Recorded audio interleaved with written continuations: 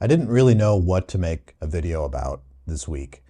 I don't have a big reading update. I don't have any kind of essay style video to make. I don't have any must share insights or top tens or hot takes or worst books of the year or anything like that. And yet I still felt this quiet pressure to upload something, to say something, and to be present and to make sure that I appear in someone's YouTube feed. And it's that feeling right there that this video is all about. So before we go any further, I want you to stay with me for a minute, because this isn't really about BookTube or content or algorithms. It's about something a little bit quieter, and it's something I think a lot of us feel but maybe don't say out loud. And that feeling is that somewhere along the way, hobbies start to become performances. Reading can turn into content, our thoughts turn into outlines, which turns into scripts, and the result of that is that silence kind of starts to feel like failure. You kind of start to feel like a nobody if you don't have anything to say, if you don't have a video to post.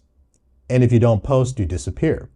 If you disappear, you fall behind. And if you fall behind, well, what does that say about you? Of course, I'm being sarcastic here, but you know, it is kind of uncomfortable. There is some pressure there that you do feel like, well, it says you're a failure if you're not doing anything. It says you're a nobody.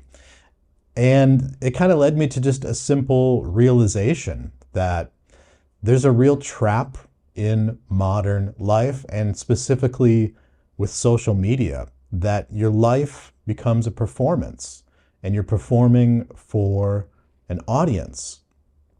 And the longer that you perform for an audience, you forget who you are without one. Even when the audience is small, even when it's just for fun, even when it's just a BookTube channel, you start asking, what should I talk about? Instead of, what am I actually thinking? Or what am I actually feeling? And now I want to be clear about something. There is a healthy way to share content on social media. There is a healthy way to share parts of your life. And I really want to emphasize parts. You only need to share certain and select and deliberate parts. And in fact, you don't need to. I should strike that word. You don't need to share everything. You don't need to share anything. But if you do want to share, there is a healthy way to do it. Posting isn't the problem. Performance is the problem, and dependency is the problem. And the moment that creating something becomes a need, like you need to do that to feel valid or to feel seen or to feel real or to feel included in some kind of nebulous online conversation that really isn't even real, something subtle starts to shift within you. And you may not notice it, but other people around you probably will. Your thoughts become really flat. Your intellectual gregariousness kind of goes away, and your curiosity gets kind of swapped out for like an internet marketing strategy, and everything just starts to feel really plastic and really fake. Now, we all have seen people like this. I have seen people like this before too.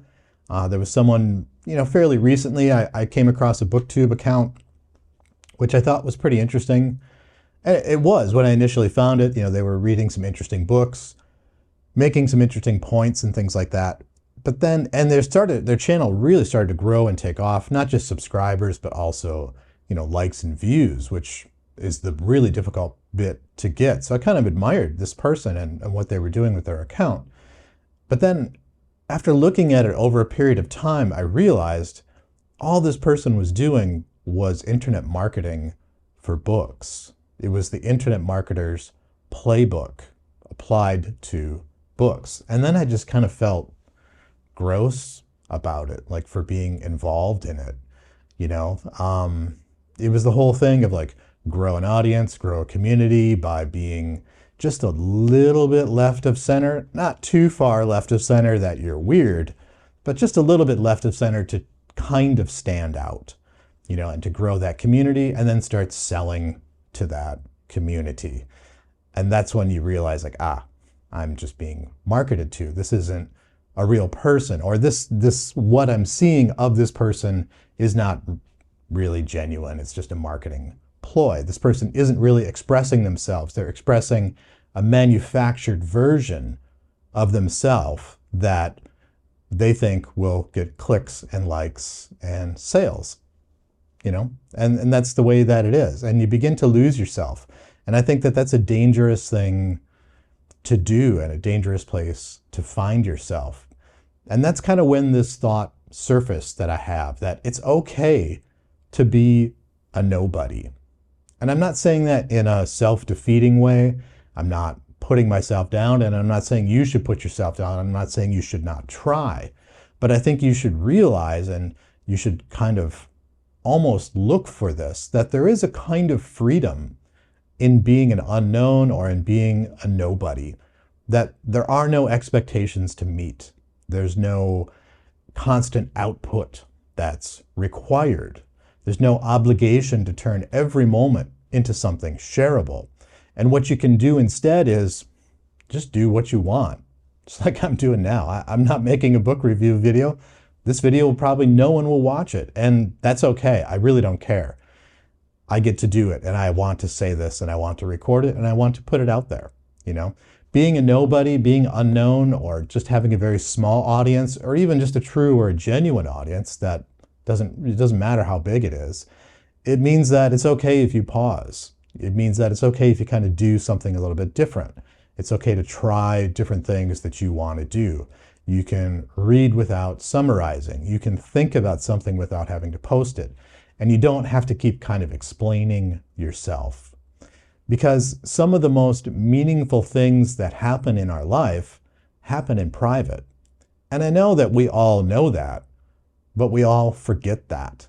And sometimes that can apply to us as readers, and that can also apply to any hobby. Hobbies don't have to be filled with highlight reels and wrap-ups and audiences and then selling some kind of course or this or that or the other to your audience. It can just be you doing what you want. Maybe it's just you reading a book. Maybe it's just you going for a hike. Maybe it's just you and your dog, or you and your son or your daughter building something. That's perfectly okay. There's nothing wrong with that. In fact, I think there's absolutely everything memorable about it. And I think it's something that we just need to remember about our life, that the parts of us that matter the most are the ones that will never become content.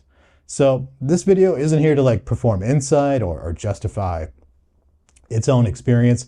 It's just a reminder for you and for me. I'm just as susceptible as anyone else to all of these things before the keyboard warriors light the internet on fire. I fall into all of these pitfalls myself too. So this video is a reminder for me and a reminder for you that being a nobody, having a small audience, getting low view counts and things like that, small amounts of likes, it's not a failure. It's not a failure at all. It's not who you are, and it shouldn't be who you are. It's just being honest, and it's a kind of freedom. So, if you like this video, if this triggered some kind of thoughts in you, I genuinely would love to know, do you feel any pressure to perform in your life? Do you feel pressure to perform on YouTube, to constantly upload things like that, even with things that you love? Let me know what you think. Let me know what your thoughts are. You don't have to explain everything. You can just say it plainly or quietly or imperfectly in the comments below. And in case you don't know, my name is Carl, and this has been Please Read Your Book.